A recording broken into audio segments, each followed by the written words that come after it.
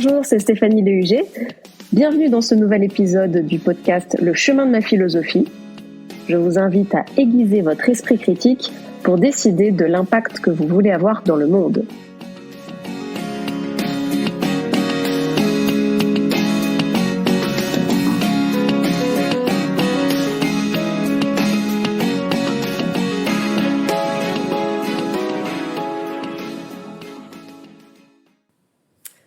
Alors, dans le cadre de mon master de philo, on m'a demandé de faire un commentaire d'un texte de Léo Strauss. Alors, peut-être Strauss, je sais pas comment on prononce. Moi, je le connaissais pas du tout avant. Et en fait, c'est une personne qui, a priori, ne m'inspirait pas spécialement de la sympathie. Quand on m'a fait savoir que c'était un des philosophes auxquels se référait l'équipe de Bush, le gouvernement de Bush, au moment de la guerre en Irak. Et donc, voilà, ça correspondait pas forcément à mes opinions politiques. Et en réalité, j'ai trouvé quand même intéressant son point de vue en m'y penchant de plus près. Et je me demande si, finalement, l'équipe de Bush n'avait pas juste un peu tiré de son contexte certaines choses qu'il avait dit et n'était pas un peu passé à côté du fond de sa pensée, quand même. Donc, voilà, je vais partager cette réflexion sur la pensée, enfin sur un petit bout de la pensée de Léo Strauss, parce que je ne l'ai pas du tout étudié en profondeur, mais voilà, il y a des choses intéressantes à en dire. Choisir les anciens philosophes aux modernes n'est pas la norme.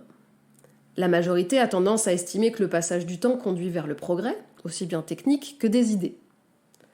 Préférer les penseurs du passé revient à se montrer réticent au changement, ce qu'on appelle être conservateur, voire à favoriser un retour en arrière, ce qu'on appelle alors être rétrograde. Dans le vocabulaire courant, le mot rétrograde est un terme qui porte une connotation négative. Quand Léo Strauss choisit les anciens aux modernes, il n'adopte donc pas une posture dans l'air du temps. Avec notre regard de lecteur du XXIe siècle, nous aurions vite fait de porter un jugement critique à son égard. Pourtant, quelles que soient nos convictions politiques, il serait regrettable de passer à côté d'une pensée qui éclaire le présent d'une lumière qui mérite de s'y attarder. Notre époque s'est défaite de normes supérieures qui caractérisent le bien et le mal. Désormais, le relativisme des valeurs règne et l'horizon de nos démocraties libérales est devenu l'accroissement des moyens de la puissance. Dans ce contexte, nous pouvons nous demander si ce que nous nommons progrès pourrait être la cause de l'obscurantisme qui se propage de manière inquiétante dans le monde en ce début de siècle. Notre régime politique est-il le meilleur ? Pour répondre à cette question, les anciens s'appuyaient sur des normes supérieures. Ils croyaient en une vérité absolue qui permettait de s'orienter. Avec l'avènement de la science, les croyances ont été repoussées au profit de l'objectivité de la raison. La philosophie politique a été influencée par cette tendance. Et Strauss dénonce l'illusion de se référer à une raison pure, sans subjectivité. Jonathan Haidt estime par exemple également que nos valeurs influencent nos choix politiques, que nous rationalisons a posteriori. Selon ses études, penser qu'un choix politique repose sur la raison est un leurre. La philosophie moderne se détourne de l'idée qu'une vérité absolue existe et estime plutôt que la vérité est entièrement relative et que toutes les vérités se valent, favorisant un relativisme moral. Strauss en déduit que la philosophie est devenue incapable de résoudre la question du meilleur régime. Loin du doute de Descartes, qui cherche à questionner ses propres évidences dans une démarche d'esprit critique, certains vont jusqu'à opter pour le scepticisme. Sans pouvoir se reposer sur une assise solide de conviction, le doute permanent peut alors se faire le terreau des théories conspirationnistes.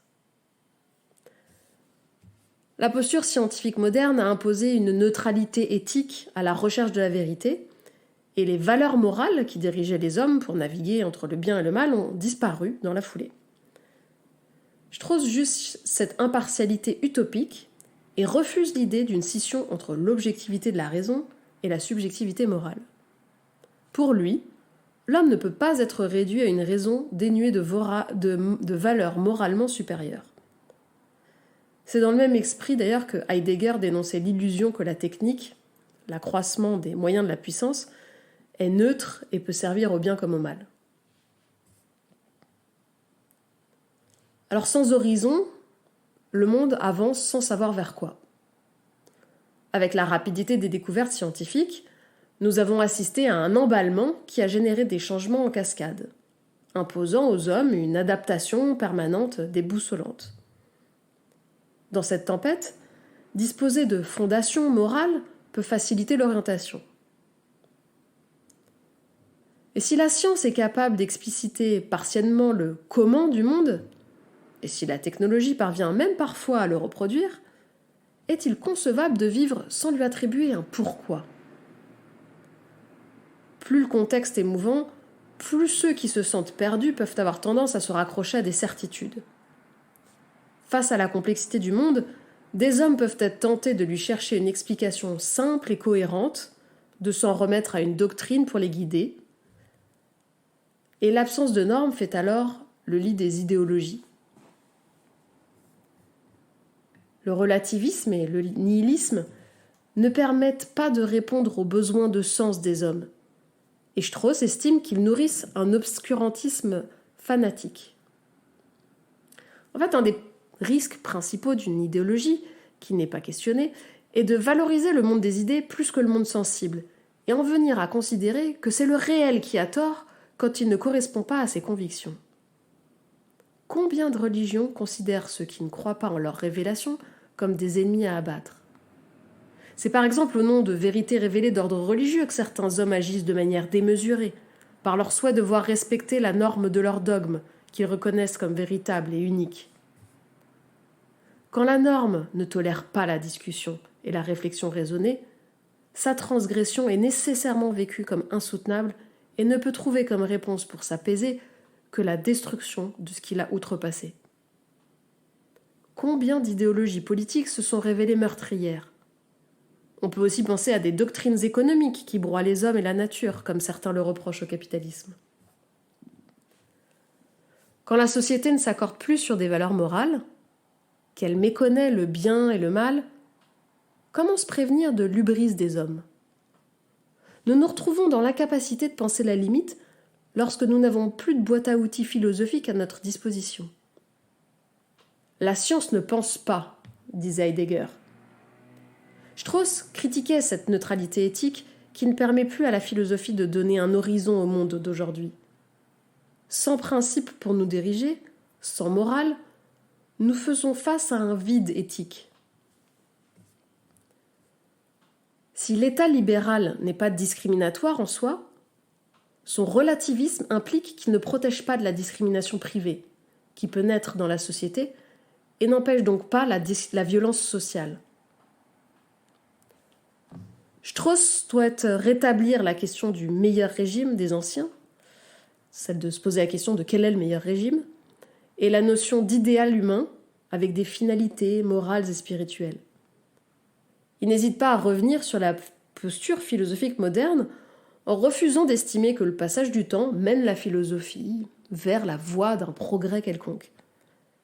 Il ne cherche pas à défendre une posture rétrograde, mais plutôt à reconnaître les impasses auxquelles notre régime politique conduit. Cela n'aurait pas de sens de chercher à faire revivre telle quelle une vieille philosophie pensée dans un contexte différent. Toutefois, cela n'a pas non plus sens, selon lui, de se priver d'une pensée qui peut aider à nous orienter dans le présent. C'est pourquoi il estime que nous devons éviter de nous couper de la philosophie des anciens au prétexte qu'elle serait dépassée. Sans prétendre faire revivre des philosophies précédentes, on peut néanmoins y puiser pour renforcer les fondations de nos démocraties libérales et éviter ainsi la propagation de l'obscurantisme qui s'étend redoutablement.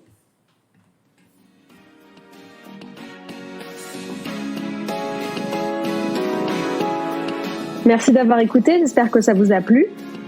Si vous avez aimé cet épisode, je vous invite à vous abonner au podcast. Et encore mieux, si vous voulez m'aider à le faire connaître, j'apprécierais énormément que vous laissiez un commentaire positif.